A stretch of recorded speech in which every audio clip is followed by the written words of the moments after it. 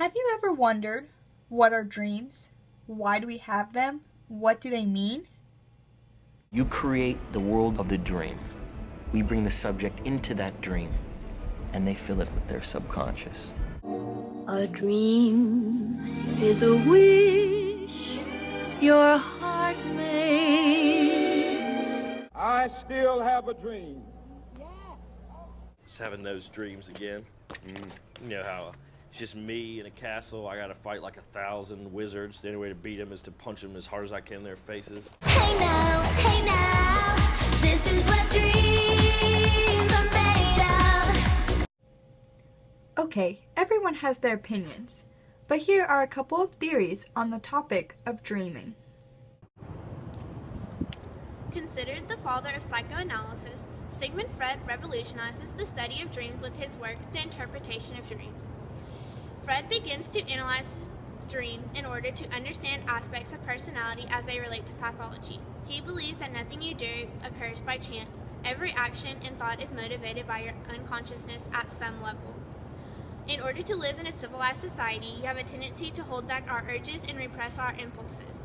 However, these urges and impulses must be released in some way. They have a way of coming to the surface in disguised forms. One way the urges and impulses are released is through your dreams. Because of the content of the unconsciousness may be extremely disturbing or harmful, Freud believes that the unconsciousness expresses itself in a symbolic language. Freud categorizes aspects of the mind into three main parts. Id, centered around primal impulses, pleasures, desires, unchecked urges, and wish fulfillment. Ego, concerned with the consciousness, the rational, the moral, and the self-aware aspect of the mind. Superego, the censor for the ID, which is also responsible for enforcing the moral codes of the ego. The manifest content is what the dream seems to be saying. It is often bizarre and nonsensical. The latent content is what the dream is really trying to say. Dreams give us a look into our unconsciousness. Last night I had this crazy dream about ice cream mountains and me falling out of a cotton candy cloud. I was on the set of Hunger Games, and then I was on a boat in the middle of nowhere. I was rolling around in a bed of money. I was trying to figure out where all this came from. But it turns out my shrink told me it meant nothing and I just have an active brain at night. I was kind of hoping it meant I was going to be rich one day. You know, my own yacht. But I guess it's just a matter of the activation synthesis theory. John Allen Hobson and Robert McCarley proposed the activation synthesis theory of dreaming. They believe that your dreams have no meaning and are triggered by neurotransmitters that are rising and falling throughout the night. And your brain's just trying to put everything together. It's kind of strange. It could help explain a lot about all the dreams I've had over the years. Calvin Hall was a psychologist that was an expert in the field of dream interpretation, analysis, and behaviors. The Hall cognitive theory is a theory proposing that dreaming can be understood by applying the same cognitive concepts used to study the waking mind. This theory tests the idea that dreams are essentially subconscious cognitive processes. Thinking during dreams is seen to be similar to the thought processing while awake. Dreams are seen as a dramatized version of everyday life concerns, which makes it similar to daydreaming. Majority of the aspects presented in dreams are metaphorically related to preoccupations in conscious life.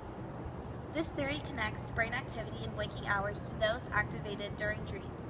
The default network refers to a collection of neurons that are active during mind wandering and daydreaming, which basically is whenever we are not focused on a task.